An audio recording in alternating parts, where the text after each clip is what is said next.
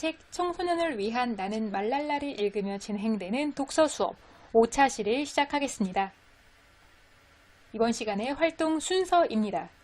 먼저 이 시간의 수업 목표를 확인한 후에 작품의 소통 구조에 대해 떠올릴 거예요.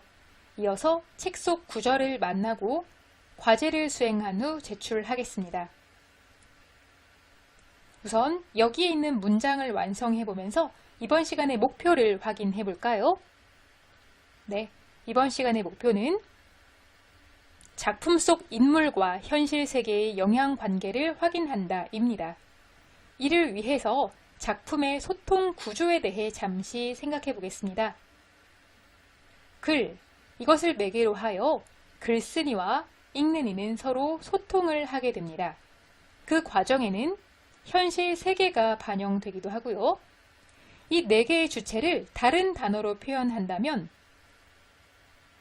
작가와 독자는 서로 작품으로 소통을 하는데 이때 사회문화적 배경이 반영된다고 정리할 수 있겠죠.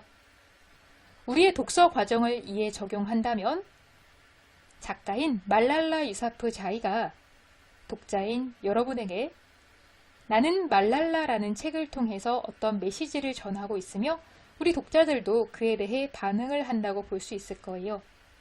이 과정에 반영되는 사회문화적 배경 중 하나로는 파키스탄 일부 지역에서 탈레반이 여학생 교육을 못하게 하는 상황일 거고요. 이러한 사회문화적 배경에서 주인공이자 책의 작가인 말랄라는 어떤 생각과 행동을 하는지 책 속 구절에서 직접 확인해 보겠습니다. 5부 새로운 생활을 시작하다 중에서입니다.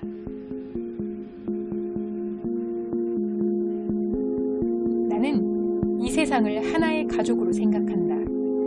가족 중 한 사람이 힘들게 살고 있다면 우리 모두 협력하여 도와야 한다. 사람들이 나를 지원하겠노라 했을 때 그들은 실은 여성 교육을 지원하겠다고 말한 것이다. 그래서 탈레반은 나를 쏘았던 것이다. 하지만 그들이 쏠 수 있는 것은 한낱 육체에 불과하다. 그들은 내 꿈은 쏠 수 없었고 내 믿음은 죽일 수 없다. 그들은 모든 소년 소녀가 학교에 다니는 것을 목표로 하는 교육운동은 멈추게 할 수 없다. 말랄라 유사프자이의 청소년을 위한 나는 말랄라의 일부였습니다. 본문에는 말랄라의 행동뿐만 아니라 앞서 만난 문학적 소통 구조의 4 주체도 등장하고 있는데요. 예컨대 탈레반은 나를 쏘았던 것이다 라는 부분에서는 탈레반이 여학생 교육을 못하게 하는 사회문화적 배경을 찾을 수 있고요. 모든 소년 소녀가 학교에 다니는 것을 목표로 하는 교육운동은 멈추게 할 수 없다라는 부분에서는 작가와 작품의 내용을 확인할 수 있습니다.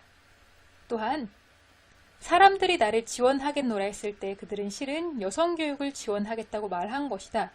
이 부분에서는 책을 읽은 독자의 반응 그리고 메시지를 추측해 볼 수 있죠. 실제로 이 책을 읽은 한 학생은 이렇게 말했어요. 탈레반이 여학생 교육을 억압하는 것은 옳지 않다고 본다. 왜냐하면 여자라는 이유만으로 교육받을 권리를 빼앗아가는 것은 여학생들의 인권을 침해하는 것인데 그 어떤 누구도 다른 사람의 인권을 침범할 수는 없기 때문이다. 라고 밝혔죠. 이는 여학생 교육을 억압하는 탈레반에 대해 반대하는 의견을 밝힌 것이라고 볼 수 있는데요. 방금 만난 내용을 작품의 소통 구조의 틀에 한번 넣어볼까요? 그렇다면 책을 통해 작가는 그들은 내 꿈은 쏠 수 없었고 내 믿음은 죽일 수 없다 라면서 여학생 교육에 대한 의지를 굳건히 하는 것을 볼 수 있습니다. 책에서도 그들은 모든 소년 소녀가 학교에 다니는 것을 목표로 하는 교육운동은 멈추게 할 수 없다라는 내용을 전하고 있고요. 책을 읽은 독자들 역시 탈레반이 여학생 교육을 억압하는 것은 옳지 않다라는 의견을 표현하고 있어요. 이러한 움직임의 결과 파키스탄에서는 여학생의 학교 입학률이 실제로 높아졌다고 합니다.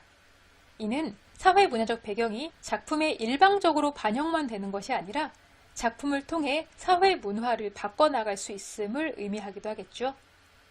이제 오늘의 과제를 드리겠습니다.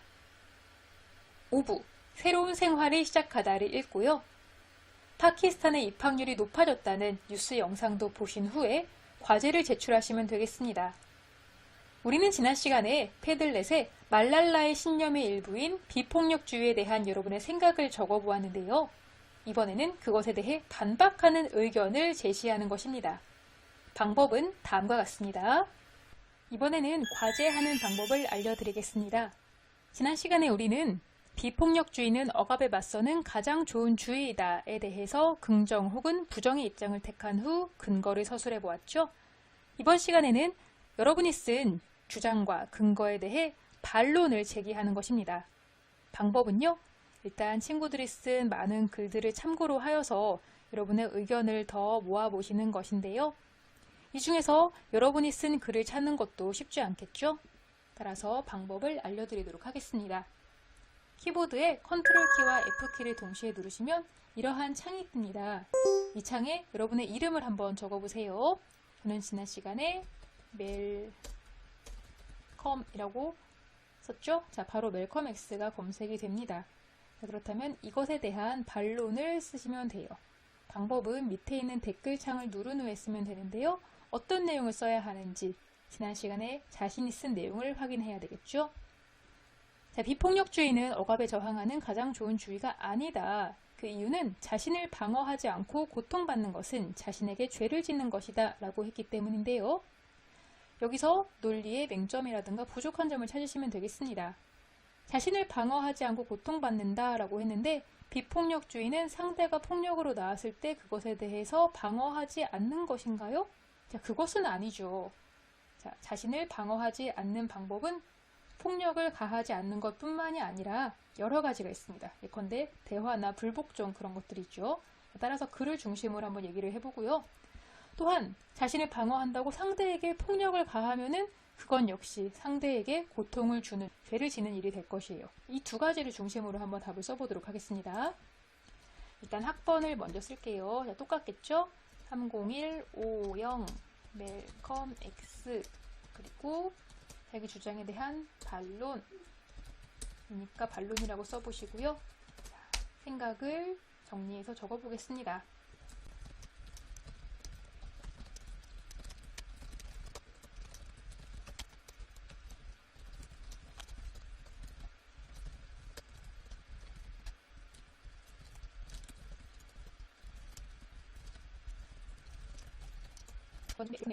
보겠습니다. 이렇게 댓글을 달면은 스스로 쓴 글을 확인할 수가 있어요. 이런 방식으로 여러분이 기존에 가지고 있던 생각에 대해서 반론을 한번 제기해 보세요. 그렇다면 여러분이 생각의 폭을 넓히는 데에도 큰 도움이 될 것이고요. 책을 조금 더 다양한 관점으로 읽게 될 것입니다. 그럼 지금부터 책을 읽고 과제도 해 보세요. 감사합니다.